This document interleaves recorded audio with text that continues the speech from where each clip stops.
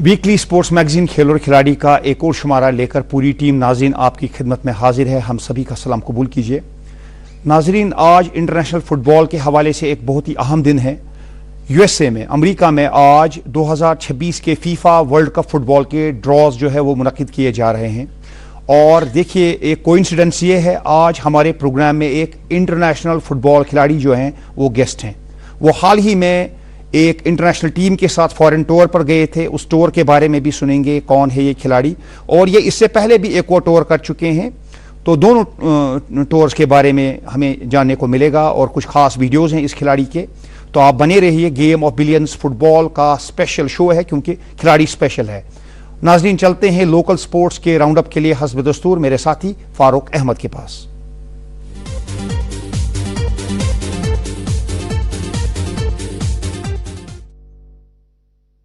अस्सलाम वालेकुम नाजरीन, आपका दोस्त आपकी खिदमत में हाजिर।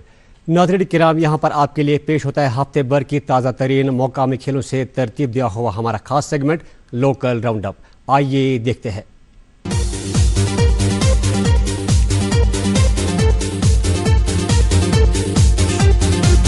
सईद मुश्ताक अली ट्रॉफी 2025-26 में गुज़श्ता हफ्ते के दौरान जम्मू कश्मीर की टीम ने 2 मैच जीत लिए, जिसमें जम्मू कश्मीर ने पहले बिहार को 34 रन से हराया और दूसरे मुकाबले में जम्मू कश्मीर ने चंडीगढ़ को 29 रन से हराकर मुकाबला जीत लिया। जम्मू कश्मीर का अगला मुकाबला कल 6 दिसंबर को गोवा के साथ होगा। संतोष ट्रॉफी 2025-26 में शिरकत करने के लिए जम्मू कश्मीर से 22 मेहमान पर मुश्तमिल दस्ता ट्रॉफी में शिरकत करने के लिए तैयार। जम्मू कश्मीर का पहला मुकाबला 15 दिसंबर को लद्दाख के साथ होगा, जबकि दूसरे मुकाबले में जम्मू कश्मीर का सामना 19 दिसंबर को पंजाब के साथ होगा। शेखुल आलम स्पोर्ट्स फील्ड तारजू सोपुर में जारी वर्ल्ड प्रीमियर लीग 2025 का 8वां एडिशन रंगारंग तकरीब के साथ हुआ मुकम्मल। फाइनल मुकाबले में सुल्तान वॉरियर्स बारामूला की टीम ने SK गलोरो की टीम को 45 रनों से हराकर मुकाबला जीत लिया। लीग में वादी के मुख्तलिफ इलाकों से 32 टीमें हुए थे शामिल। महकमा यूथ सर्विस एंड स्पोर्ट्स के ज़ेर एहतमाम जम्मू यूनिवर्सिटी में मुनक़्क़द स्पोर्ट्स एथलेटिक्स मीट मुकाबले रंगारंग प्रोग्राम के साथ हुए मुकम्मल। इन मुकाबलों में सूबा जम्मू के मुख्तलिफ कॉलेज से वाबस्ता 500 से ज़ायद खिलाड़ी हुए थे शामिल। यह इवेंट रवा माह की 1 तारीख से लेकर 4 तारीख के दरमियान हुआ मुकम्मल। साउथ कोरिया में मुनक़्क़दा 20वीं एशियन रोलर स्केटिंग चैंपियनशिप 2025 के दौरान जम्मू कश्मीर से वाबस्ता आयजा नाज ने मुल्क को दिलाया सोने का तमगा। सेक्रेटरी स्पोर्ट्स काउंसिल नुज़हत गुल ने वापसी पर आयजा का किया शानदार इस्तकबाल। आयजा जम्मू कश्मीर से वाहिद खिलाड़ी थी जो मुल्क की नुमाइंदगी कर रही थी। नशा मुक्त भारत अभियान के तहत कश्तवाड़ में जारी UT लेवल थंग था चैंपियनशिप 2025 का बड़ा इवेंट हुआ इख्तिताम पजीर।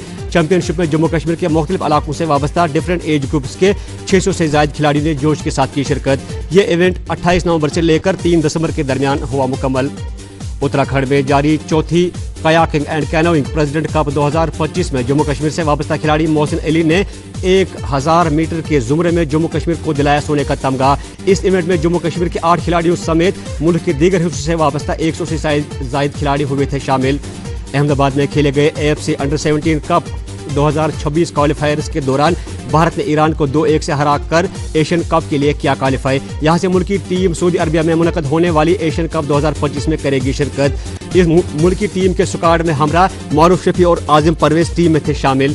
श्रीनगर के पोलो ग्राउंड पर जारी सुपर डिवीजन 2025-26 के और एक मुकाबले में AFC कश्मीर ने अलमदार FC को 2-1 के स्कोर से हराया और पॉइंट टेबल में सिटी गेट FC पहले और IFC कश्मीर दूसरे नंबर पर है बरकरार।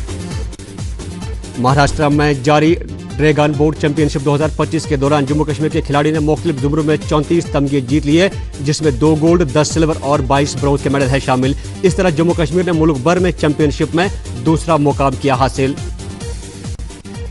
श्रीनगर के TRC टर्फ पर 13 दिसंबर से AIFF एलीट यूथ लीग 2025 का हो रहा है इनेकाद।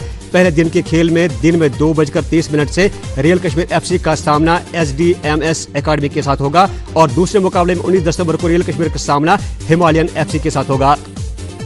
जम्मू में जारी कूच बिहार ट्रॉफी 2025-26 के और एक मुकाबले में जम्मू कश्मीर की टीम को पौंडुचेरी के हाथों 1 इनिंग और 22 रन से हार का करना पड़ा सामना। ताहम जम्मू कश्मीर की टीम पॉइंट टेबल में ग्रुप B में चौथे नंबर पर है बरकरार। नाज़रीन, लोकल स्पोर्ट्स का राउंड अप मेरे साथी फारूक अहमद पेश कर रहे थे। ये प्रोग्राम DD कशिर चैनल के श्रीनगर स्टूडियो से लाइव आपकी खिदमत में पेश हो रहा है। इसके अलावा आप हमको YouTube पर लाइव स्ट्रीमिंग के जरिए भी देखते हैं, और आप यूट्यूब पर जा सकते हैं डीडी कोश चैनल पर। वहां पर आप प्लेलिस्ट आर स्पोर्ट्स प्रोग्राम में खेल और खिलाड़ी के सभी एपिसोड्स पाएंगे। जब भी आप चाहें आप उनको एंजॉय कर सकते हैं। और अब नजर डालते हैं खास नेशनल और इंटरनेशनल स्पोर्ट्स पर इस राउंड अप के साथ।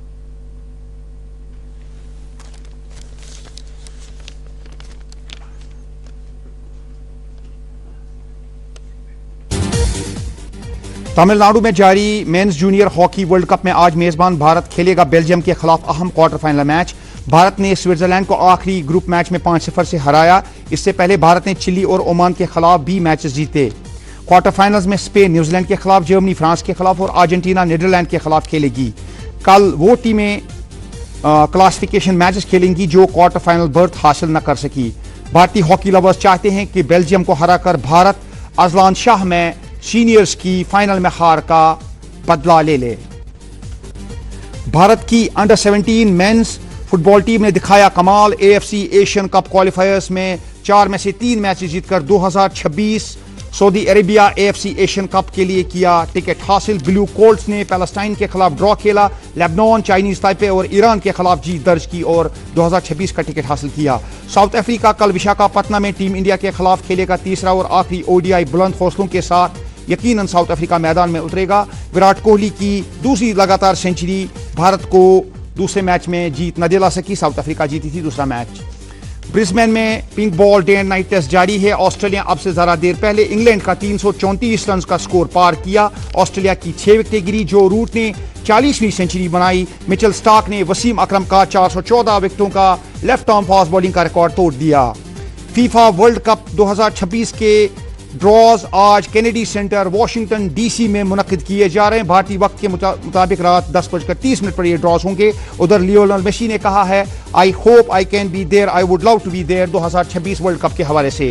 क्राइस्टचर्च में पहला टेस्ट न्यूजीलैंड और वेस्टइंडीज के दरमियान है जारी। वेस्टइंडीज को मिला है 531 रन का टारगेट। कल है मैच का चौथा दिन।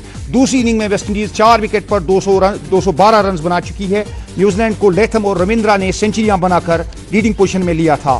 बांग्लादेश ने आयरलैंड को 3 टी20 की सीरीज में 2-1 से हराया। आयरलैंड जिसने पहले मैच में जीत हासिल की, दूसरे टी20 में 8 विकेट से और तीसरे मुकाबले में 4 विकेट से हारी। 2 टेस्ट की सीरीज भी बांग्लादेश ने जीती थी। लखनऊ में मुनक्किदा Syed Modi India international badminton tournament हुआ इख्तिताम।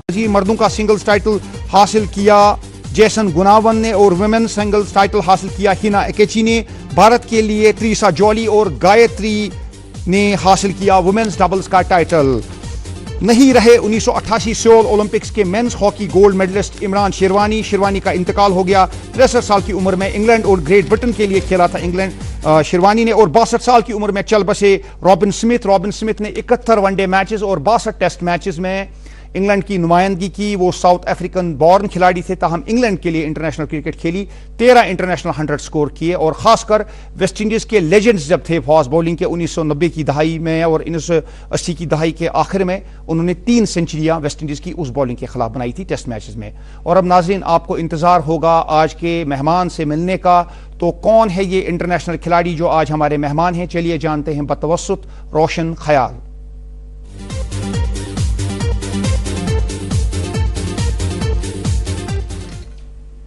दोस्तों, दुनिया का मकबूल तरीन खेल फुटबॉल है। 190 से ज़्यादा ममालिक में ये खेल बहुत ही दिलचस्पी से खेला जाता है और दुनिया में हर 4 साल के बाद वर्ल्ड कप फाइनल्स होते हैं जिनमें दुनिया की टॉप 36 टीमें पार्टिसिपेट करती हैं। अगला वर्ल्ड कप 2026 में होने जा रहा है। 11 जून से शुरू होगा और 19 जुलाई को मुकम्मल होगा। आज इसके लिए ड्रॉज निकाले जा रहे हैं, तो माहौल बहुत अच्छा है। वर्ल्ड कप की तैयारियां जारी हैं। जहां तक भारत का ताल्लुक है, भारत की टीम आज तक कभी भी वर्ल्ड कप के फाइनल्स में क्वालिफाई नहीं कर पाई है। इसका नंबर इस वक्त 142वां है फीफा की रैंकिंग के मुताबिक। अभी मंजिल बहुत दूर है, लेकिन एक बहुत खुशी की बात है कि भारत की टीम में कश्मीर का एक खिलाड़ी पार्टिसिपेट करता है। आइए उसका इस्तकबाल करते हैं, मिलते हैं दानिश फारूक से। दानिश फारूक, इस प्रोग्राम में आपका खैर मकदम है। बहुत बहुत शुक्रिया।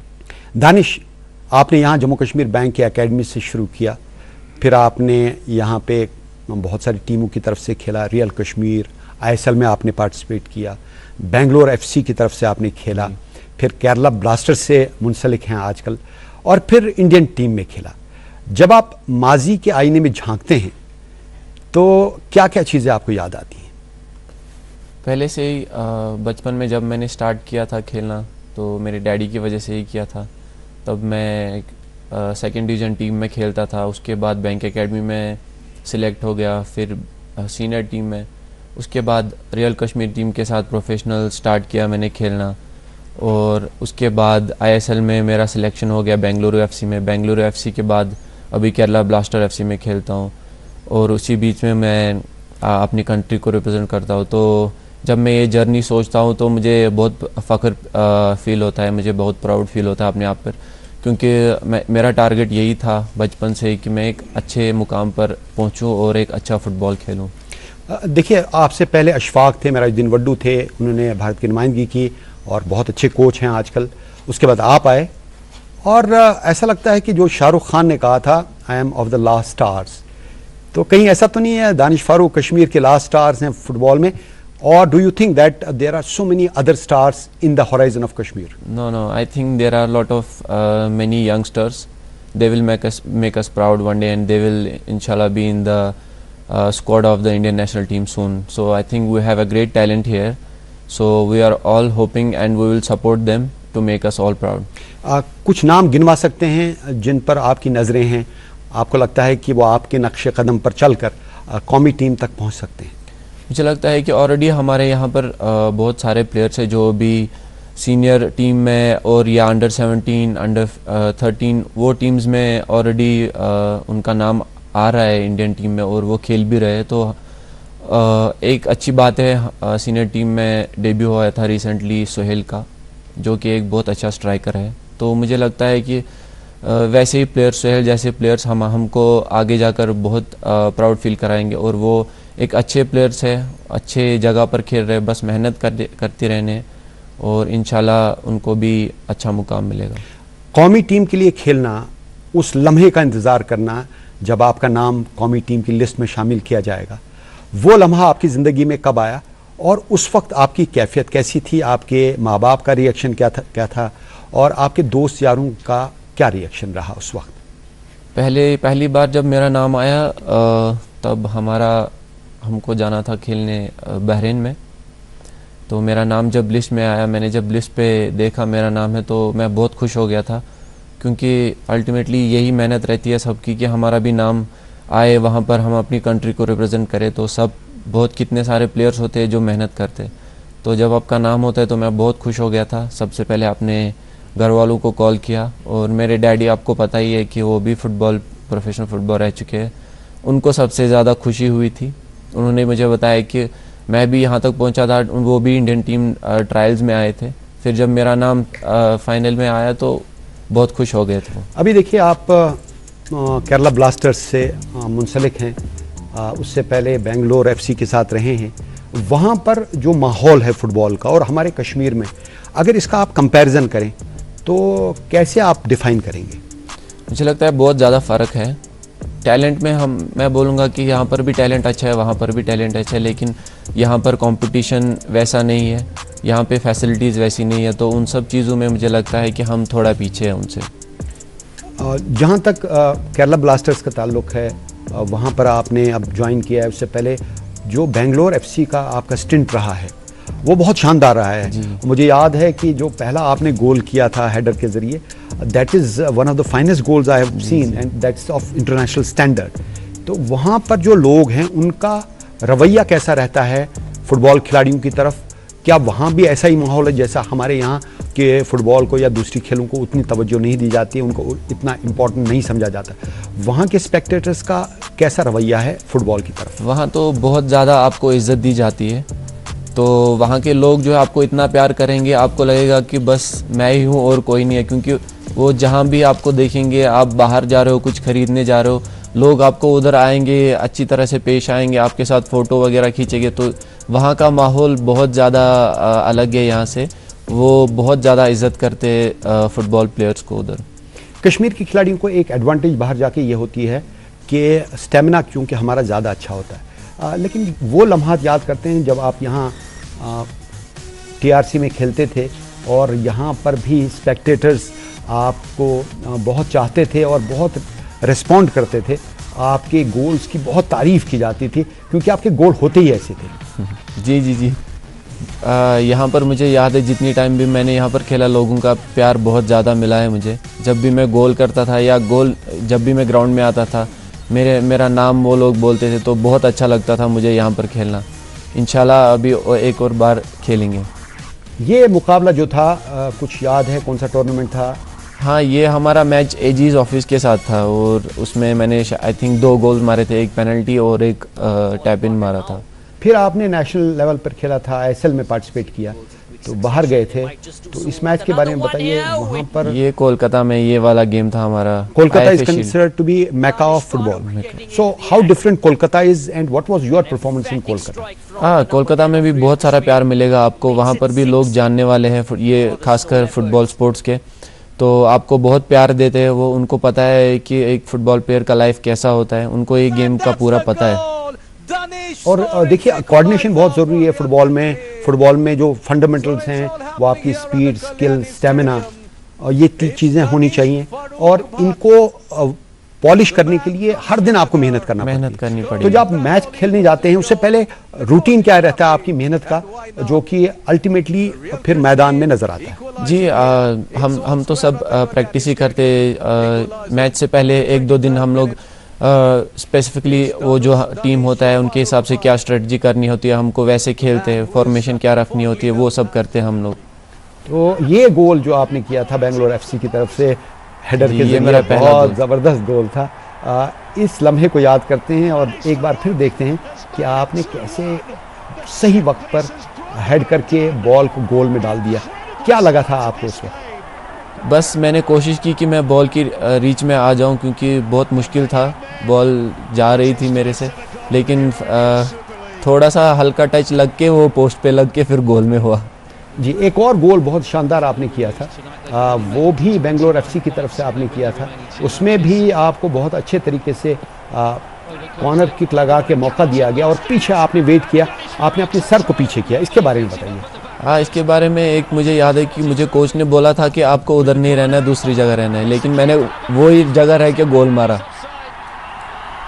एक और मैच भी आपने खेला, उसमें ये जो गोल था ये भी बहुत ज़बरदस्त गोल था।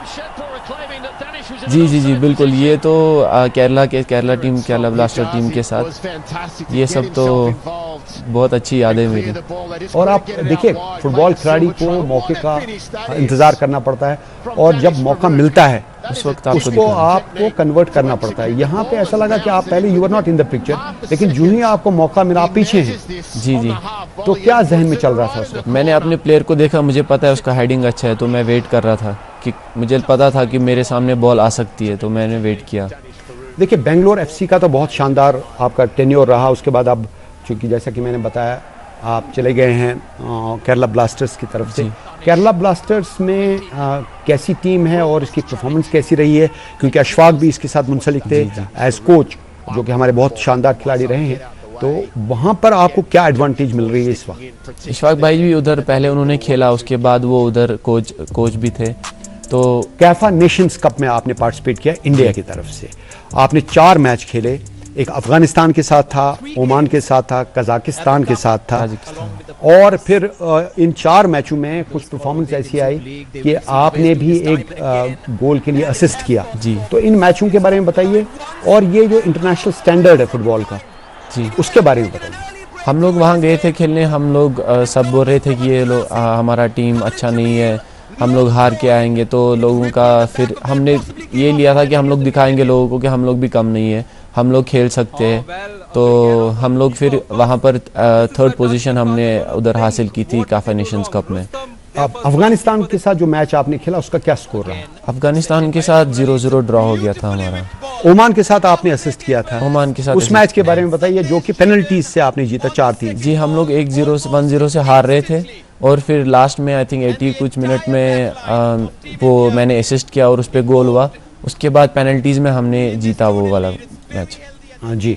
एक और मैच जो था, अनफॉर्चुनेटली भारत की टीम हार गई ईरान के साथ 3-1 से। ईरान की टीम दुनिया में 20वें नंबर पर है, जबकि भारत की टीम 142वें नंबर पे।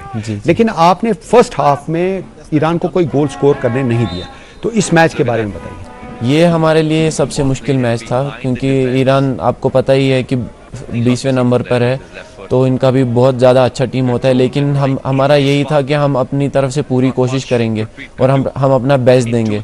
तो हमने वही कोशिश की और हमने उनको अच्छा टफ उनको ये गेम दिया था। लेकिन क्या कर सकते हैं, कभी कभी होता है।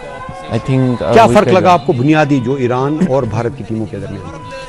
पेस ऑफ द गेम, उनका बॉल जो बेसिक्स है वो ज़्यादा अच्छा है, और जो पेस होता है नॉर्मली गेम का वो डिफरेंट होता है, बहुत ज़्यादा डिफरेंट होता है। लेकिन there are so many takeaways from this match. Yes yes. What are those?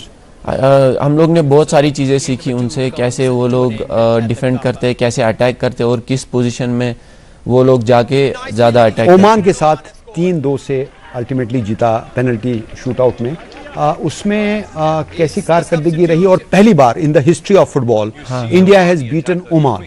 How important and how path breaking that match was? हमारा ये टूर्नामेंट अच्छा ही रहा था, और हमारा कॉन्फिडेंस जो है वो बहुत ज़्यादा था। तो हमको पता था कि हम लोग अगर डिफेंस अच्छा करेंगे, हाँ डिफेंस अच्छा करेंगे तो हम लोग कभी भी गोल मार सकते हैं। तो यही है कि हम लोग हम लोग ने लास्ट तक लड़ा और हम लोग गेम में थे। फुटबॉल एक ऐसा खेल है जिसमें टीम वर्क बहुत ज़्यादा इंपॉर्टेंट है। एक दूसरे के साथ कैसे कोऑर्डिनेट कर पाते हैं आप, एक दूसरे को कैसे सपोर्ट करते हैं, कैसे टीम जल करती है, तो ये बहुत ज़रूरी है जी। क्या आप समझते हैं कि हमारे यहाँ कश्मीर में जो फुटबॉल खेली जाती है उसमें इन चीज़ों की तरफ ज़्यादा ध्यान देना चाहिए? और आप इस मैच में फिर आपको रिप्लेस किया गया, तो रिप्लेसमेंट जाहिर है it's part of the game, but you must have gained a lot of things in the कैफा कप। नहीं, ये वाले गेम में आई थिंक मैं 116th मिनट में सब्स्टिट्यूट हुआ था, क्योंकि मैं बहुत थक गया था। तो फाइनली हमने ये वाला 3rd प्लेस हम लोग ने जीता था। ये बहुत बड़ा मौका था, बहुत खुशी का मकाम था कि भारत ने ओमान को हराया था। और गोलकीपर की तारीफ करना पड़ेगी, आपका गोलकीपर जो इंडिया का है बहुत शानदार है। उसने इतना अच्छा परफॉर्म किया इस टूर्नामेंट से पहले भी, उसकी रीच भी काफ़ी है, लेकिन उसकी प्रेजेंस ऑफ माइंड ज़बरदस्त रहती है। जी गुरप्रीत भाई, ये मैच में उन्होंने पहले भी पेनल्टी हमारे बचाई थी, उसके बाद हम लोग ने 1-1 करके उन्होंने फिर जब पेनल्टीज स्टार्ट हो गई थी उसमें भी 2 सेव निकाली। तो बहुत अच्छा उन्होंने ये टूर्नामेंट में खेला। अब मुझे बताइए, देखिए 2 चीज़ें बहुत खुशी की एस्पेक्ट्स हैं, बहुत खुशी के मकाम हैं। एक तो हमारी अंडर 17 इंडियन टीम जो है उसने बहुत अच्छी कारकर्दगी का मुजाहरा किया है, और दूसरी बात यह है कि हमारी जो संतोष ट्रॉफी की टीम है वो जा रही है लद्दाख में पहला मैच खेलने के लिए। तो क्या समझते हैं कि हमारी जो अंडर 17 टीम की परफॉर्मेंस है, इससे जो हमारी सीनियर टीम की परफॉर्मेंस है वो थोड़ा सा इम्पैक्ट होगी फॉर बेटर, और इससे जो फुटबॉल का सिनारियो है भारत का वो बेहतर होगा? मुझे लगता है कि बहुत फुटबॉल यहाँ पर ग्रो कर रहा है, क्योंकि जो भी आप देखेंगे अंडर 17 अंडर 15 लेवल पे वो लोग बड़ी बड़ी टीम्स के साथ खेल के उनको अच्छा कंपटीशन देते हैं। क्योंकि अभी हमारा ग्रास रूट लेवल इधर अच्छा हो रहा है, हमको अच्छे कॉम्पिटिशन्स मिल रहे हैं जो कि पहले नहीं मिलते थे। तो उसकी वजह से हमारा परफॉर्मेंस भी अच्छा होता जा रहा है, तो वो तो अच्छी बात है। और दूसरा आपने बोला संतोष ट्रॉफी, उनका पंजाब में उनका गेम होने वाला है पहला लद्दाख के साथ। तो आई थिंक वो जम्मू में अभी उनका कैंप चल रहा है, तो मुझे लगता है कि वहाँ पर भी हमारा अच्छा चांस है, क्योंकि सब लड़के जो भी गए हैं अच्छे खेलते हैं। लास्ट ईयर जम्मू कश्मीर ने संतोष ट्रॉफी में क्वार्टर फाइनल में रसाई हासिल की उन्होंने थी। बहुत ज़बरदस्त परफॉर्मेंस दिखाई थी, और कई मैच जीते थे जहां पर ऐसा लगता था कि शायद नहीं जीत पाएंगे। राजस्थान को भी हराया था, मुझे याद है, लद्दाख को हराया, बहुत सारी टीमों को, पंजाब को भी हराया। तो जम्मू कश्मीर की टीम को इस उड़ान के लिए और इस उठान के लिए किन चीज़ों का फ़ायदा हुआ है, और आइंदा इस खेल को फ़रोग देने के लिए, फुटबॉल को और आगे बढ़ाने के लिए, और फिर यहाँ से इंटरनेशनल खिलाड़ियों को पैदा करने के लिए कश्मीर में क्या किया जाना चाहिए? इसमें स्पोर्ट्स काउंसिल का कौन सा रोल है, इसमें फुटबॉल एसोसिएशन का क्या किरदार है? मुझे लगता है कि जहाँ तक मैंने देखा है यहाँ पर मैचेस ज़्यादा होने चाहिए, कंपटीशन ज़्यादा चाहिए, क्योंकि एक प्लेयर को जब मैचेस नहीं होंगे तो वो ग्रो नहीं कर सकता है। मैचेस वैसे होने चाहिए कि जो उनके अपोजिट खेलता है वो उनसे भी अच्छे हो, तभी प्लेयर्स लोग ग्रो करते हैं। जब वो सीखते हैं कि हमारे अपोजिट में एक अच्छा प्लेयर खेल रहा है, वो देख देख के सीखते हैं। अभी देखिए इसी महीने एलीट ग्रुप के मैचेस होने जा रहे हैं, और रियल कश्मीर के 2 मैच स्लेट हो गए हैं, और जब भी ये मैच होते हैं यहाँ पे TRC ग्राउंड में, तो लोगों का इज़्दिहाम वहाँ जमा होता है और काफ़ी लोग सपोर्ट करते हैं रियल कश्मीर को। क्या आप समझते हैं कि इस तरह के जो प्राइवेट क्लब्स हैं उनकी आमद से और आइंदा भी अगर ऐसे क्लब आगे आएँ उसकी वजह से भी कश्मीर के फुटबॉल को फ़रोग मिलेगा? जी जी, बहुत ज़रूरी है उनका। मुझे लगता है कि उनके बगैर तो बहुत मुश्किल होगा अगर वो लोग इसमें ये पार्टिसिपेट नहीं करेंगे। उनकी वजह से भी बहुत फुटबॉल ग्रो हो सकता है, क्योंकि जितने ज़्यादा प्लेयर्स हमारे क्लब्स में होंगे उतने ज़्यादा प्लेयर्स को खेलने का मौका मिलेगा, तो ये बहुत ज़रूरी है। आपकी यादें कैसी हैं संतोष ट्रॉफी की?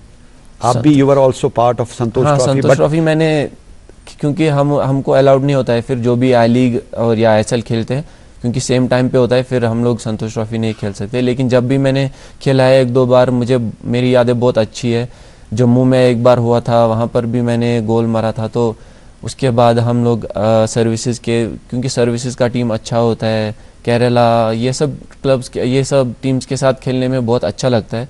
तो मेरी यादें भी बहुत प्यारी रही है संतोष ट्रॉफी। देखिए, पहले ऐसा होता था नॉर्थ जोन की टीमें होती थी और फिर तमाम टीमों के साथ आपको मौका नहीं मिलता था। अब आपको काफ़ी टीमों के साथ मौका मिलता है जी। और जब भी आप खेलते हैं तो आपको ऐसा लगता है कि चूंकि आपने पिछली परफॉर्मेंस अच्छी दिखाई है, लास्ट ईयर आप क्वार्टर फाइनल में पहुंचे, तो इस साल भी आपकी कॉन्फिडेंस लेवल बहुत हाई होती है जी। तो इस बार जम्मू कश्मीर की टीम से संतोष ट्रॉफी में आपकी कौन सी तवक्कुआत वाबस्ता हैं? मुझे लगता है कि जहाँ तक मेरा है कि मुझे लगता है वो लोग अच्छा खेलेंगे इस साल, क्योंकि टीम जो भी मैंने देखी है, मैं इधर था जब भी उनका सिलेक्शन हो रहा था, तो मुझे लगता है हमारे लड़के बहुत अच्छे हैं। वो लोग इंडिया में जो भी स्टेट है, सब किसी भी टीम को हरा सकते हैं। कैफा कप में आपने पार्टिसिपेट किया भारत की तरफ से, अब आइंदा आपकी नज़रें किस तरफ हैं? आइंदा भी यही कोशिश रहेगी मेरी कि मेरा नाम इंडिया टीम में आए, और मैं अपनी तरफ से पूरी कोशिश करता हूँ और करता रहूँगा कि मैं अच्छा फुटबॉल खेलूँ और यहाँ के लोगों को, अपने लोगों को प्राउड फील कराऊँ हर टाइम। दानिश फारूक, हमारी दुआएं आपके साथ हैं। जी, शुक्रिया। आप हमारे प्रोग्राम में आए, आपने फुटबॉल के हवाले से बात की, आपका बहुत बहुत शुक्रिया। बहुत शुक्रिया, बहुत शुक्रिया। और दोस्तों, अब प्रोग्राम के आखिरी हिस्से के लिए चलते हैं इमरान गुल के पास।